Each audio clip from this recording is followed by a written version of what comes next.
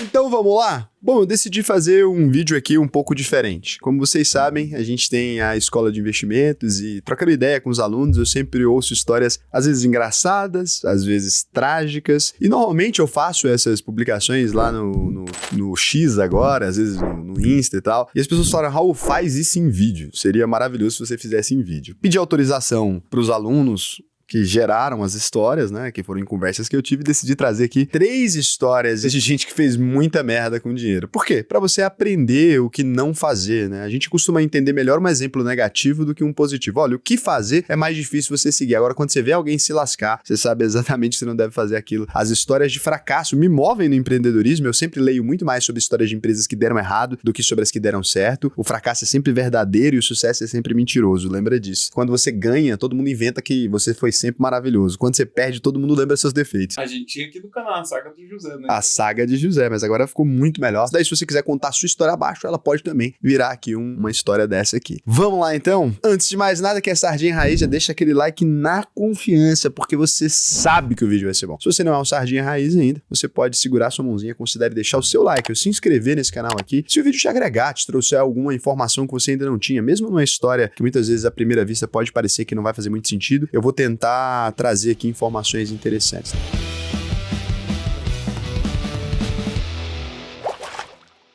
Então, vamos aqui, essa primeira história. Eu postei isso aqui. Uma aluna me pediu ajuda. É médica há 4 anos. Se formou e estava em dificuldades financeiras sérias. Dei uma olhada nas contas e ela tinha um ganho mensal superior a 22 mil. A coisa toda estava incoerente. Imagina, uma pessoa ganha 22 mil reais por mês com dificuldades financeiras. Não faz muito sentido. Não faz muito sentido. Passei um tempão analisando os extratos dela. Quando pedi para ela lançar no sistema da UVP, lá estava o crime. Adivinha qual era a principal fonte de gastos? Esse print aqui é de um sisteminha que a gente usa para todos os alunos. Então, eu consigo categorizar o orçamento de uma pessoa e com isso fica muito mais fácil. Quando eu falei para ela preencher, eu tenho acesso, né? Daí eu fui lá só olhar como é que tava. E daí eu reparei isso aqui. A parte de conforto dela, custos fixos, né? Tava aqui 84%, tá dentro do esperado para a quantidade de dinheiro que ela tinha. Ela pode gastar até 8.600, tava gastando só 7.200.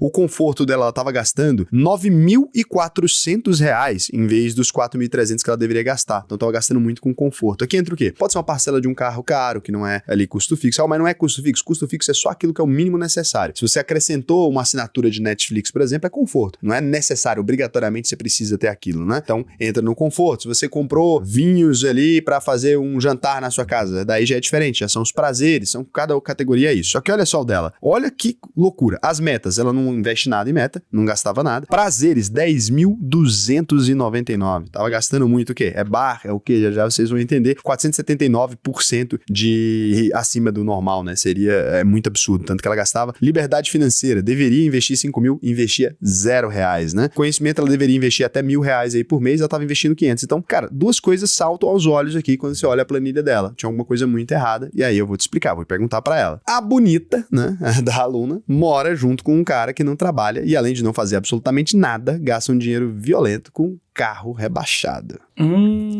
Daí, cara, não, você não entendeu errado, é isso mesmo. Ela gasta dinheiro com carro rebaixado. Tem meses que esses gastos superam R$7.000. Aí foi isso aqui, ela me contou isso, eu fiquei em choque. Eu fui perguntando, mas de onde tá vindo o dinheiro? Ela, não, eu dou pro meu namorado, sei lá o quê, que mora comigo e tal. Ele gosta de fazer com coisa de carro. Eu falei, caramba, cara, que loucura. E aí eu falei assim pra ela, nossa, mas isso é muito absurdo, né? Você tá gastando esse tanto de dinheiro. Aí ela perguntou pra mim uma coisa, será que eu paro de ajudar ele com o carro, então? Eu fiquei assim, deve ser brincadeira isso aqui. Eu queria ter um vídeo pra mostrar pra vocês aqui nesse caso. O casal Magia aí tem mais ou menos, tinha na época, mais ou menos R$32 mil em dívidas, né? Então, olha isso aqui, que loucura. Hoje em dia, tá? Ela já tá muito mais tranquila, já conseguiu se organizar, ela terminou com o cara e tal. O problema não era só o carro rebaixado, o que acontece? Eu não sabia, mas existe toda uma cultura envolvida nisso. Tem as coisas do som que você gasta, a parte técnica do carro, mas também a galera vai muito em evento, e daí a galera racha ali o dinheiro pra fazer os eventos e tal. Então você imagina uma médica, uma mulher super inteligente e tal, sustentando uma marmanjo, o cara não trabalhava, não fazia absolutamente nada, só vivia do hobby ali. Quando ela percebeu que o problema era esse, ela conseguiu organizar pra pagar as dívidas, estava tudo no nome dela, ele não tinha dívida nenhuma no nome dele, ela começou a pagar as parcelas e tal, e se livrou. Mas aqui você consegue perceber que um relacionamento, muitas vezes, pode te colocar numa situação muito idiota. As pessoas ficam muito burras quando elas estão apaixonadas, isso é um ponto muito verdadeiro, né? É interessante você ver isso aqui pra você aprender. Será que dentro do seu relacionamento, talvez você tá entregando aí mais do que deveria, né? Tá vivendo com a pessoa que não faz o mínimo, não participa dessa relação? Ou às vezes você é o folgado do carro rebaixado, então sai da vida dessa pessoa. Se você é o folgado do carro rebaixado, continua, porque pra ele tava confortável, tá ruim é pra ela, ô Casé. Uai, vou trocar a vida que alguém me sustenta, paga meus luxos. E ele ainda devia pegar um pessoal ainda, porque pega o dinheiro e gastar esse tanto de dinheiro da mulher. Mas é isso, famoso homem encostado, né? Então, boa história aí pra o que não fazer. Aí agora a gente vem aqui com o Filipinho. Eu mudo o nome das pessoas, tá, gente? É por isso que os alunos autorizam publicar e tudo, eu altero completamente o nome. A mãe do Felipe, ela foi servidora pública por 40 anos aí. Com esse dinheiro, parcelando ali ao longo dos anos, ela conseguiu comprar um apartamentozinho, alguns lotes com esse dinheiro, seguindo aquele esquema de quem compra terra nunca erra. Na maior parte desses lotes não deu em nada, de verdade, assim. A gente fez as contas depois, eu e o Felipe, e a gente percebeu que a maior parte dos lotes só se corrigiram pela inflação. Era tipo o mesmo preço que ela pagou, só que ajustado pela inflação hoje em dia. Só que um desses lotes, ele acabou se valorizando astronomicamente, né? Quando ela faleceu em 2022, o lote recebeu uma proposta de 3 milhões de reais por parte da construtora. Então o Felipe ali recebeu a proposta depois que ela já tinha morrido, recebeu a proposta do construtor que queria construir um prédio nesse lote, um lotezão de esquina legal, 3 milhões de reais. O Felipe decidiu vender, e aí para empreender ele gastou 1,5 milhões de reais. Vai fazer o quê? Montar uma franquia, um trem, já que você nunca empreendeu? Não, baladinha, né? Filipão, 24 anos, pensou... Comer gente é a minha prioridade. Aí ele foi lá e colocou esse dinheiro. Quando eu conheci o Felipe na UVP, ele já tava desesperado. Do dinheiro do lote que ele tinha sobrado só 600 mil reais e o negócio não tinha chegado no break-even. Então o negócio tava consumindo mais e mais dinheiro. O negócio mesmo foi drenando o dinheiro dele. E ele foi injetando mais dinheiro. Eu tentei convencer ele de todas as formas que aquilo não ia dar certo. Porque eu peguei realmente os números com ele. Não é todo aluno que eu consigo fazer isso, mas quando eu vejo que o cara tá muito desesperado, criou um tópico na comunidade, pá, fui lá ajudar ele. Quando eu percebi o tamanho do nabo que ele tinha entrado, ele me mostrou quanto entrava de dinheiro e, tipo, a margem do negócio era horrível. Ele gastou muito dinheiro na estrutura, era muito caro manter os garçons, etc. Falei, ou você reformula completamente isso aí. Ele falou, não dá, a gente é conhecido na cidade. Falei, cara, você tá pagando pras pessoas beberem. Era basicamente isso, ele pagava pras pessoas beberem, porque pra esse negócio funcionar, você precisa ter um dinheiro, que eu não entendo bem do negócio de boates, né, mas pelo que ele me explicou era o seguinte, você tem que liberar um monte de mulher bonita, que tem uns VIP que elas colocam a gente pra dentro, e daí essa galera não paga, e daí teoricamente essas pessoas consomem bebida alcoólica, mas pra isso funcionar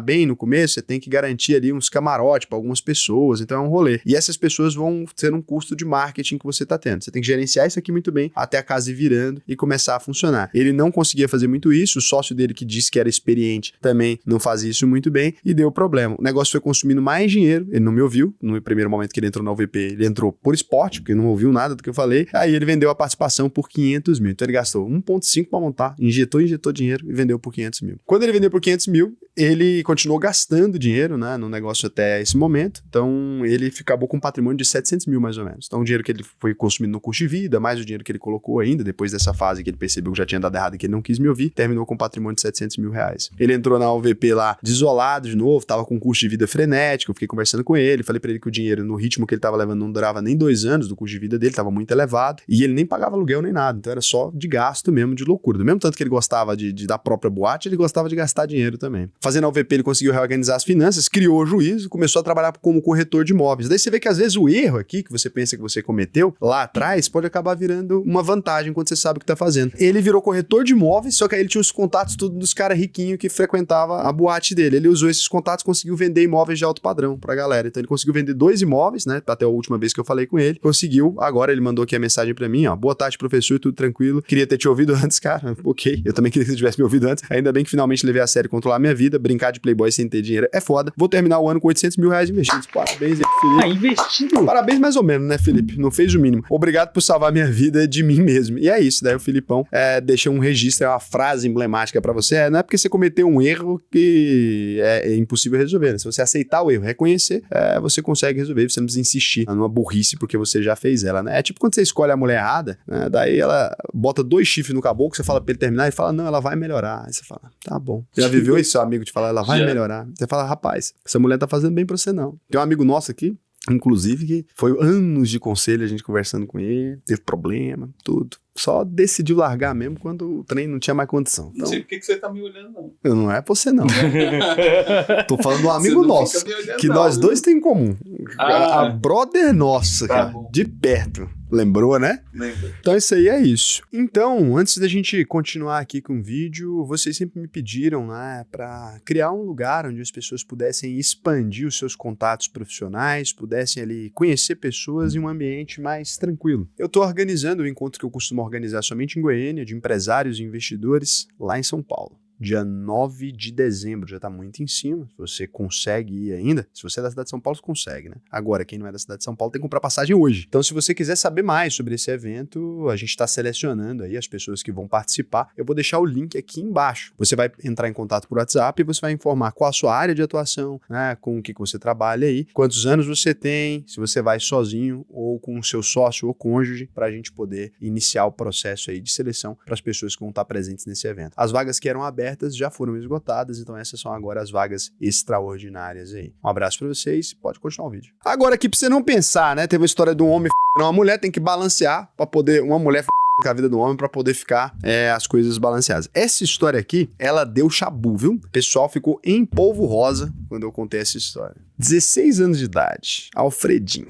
O nome dele não é esse, mas tem o mesmo mood. É um nome desses meio elegante de rico velho. Engravidou uma mulher de 21 anos. Com 16, engravidou uma mulher de 21. Como ele veio de uma família mais bem estruturada, os pais dele fizeram um acordo para pagar a pensão até ele se formar. Então falou assim, ó, se você ficar tranquilo e estudar direitinho e for ver a criança, for responsável, a gente vai pagando a pensão. Na verdade, eles iam ser obrigados, porque ele é menor de idade, eu não sei o que eles iam fazer, mas a ameaça funciona bem. Daí, com 19 anos, ele decidiu namorar a mãe dessa filha dele. Já passou anos aqui, desenvolveu, a criança já estava mais velha. A essa altura, ela já tinha mais um filho de um outro pai. Então, a mulher teve outro filho durante esse período. Engravidou 2 vezes, né? Acontece, velho. Aí eles começaram a morar juntos. Então, beleza. O relacionamento durou aí até o Alfredo completar 25 anos de idade. E daí, quando eles terminaram, as coisas começaram a se complicar. Aquilo que começa já meio torto, já desenvolve torto, né? Na hora de se separar, ele mesmo, na bondade, e é isso que é bom se tomar cuidado, ele quis deixar o imóvel que ele comprou pra ela. Ele tinha 2 filhos que dependiam daquela casa, né? Na cabeça dele, criou a criança por um tempo, então ele também ganhou apego e tal. Falou, cara, vou deixar o imóvel. Só que em vez de chamar um advogado e transformar isso em parte da partilha, ele foi lá e cedeu o imóvel mesmo. Ele deixou pra ela o imóvel, fez um acordo verbal e transferiu. E fez também um acordo de boca de pensão. Ó, vou estipular, vou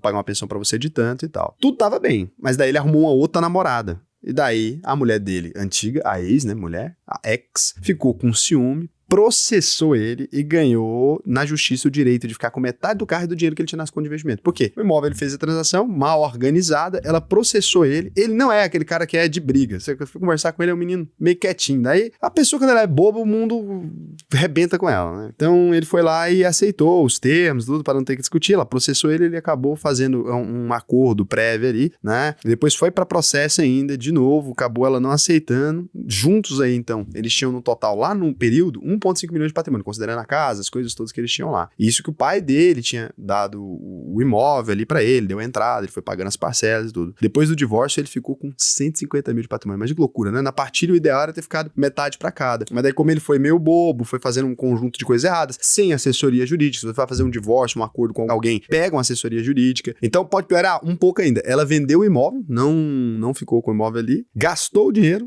Aí a pensão que ele pagava não era suficiente para ela pagar aluguel e ainda manter a criança. Nabo.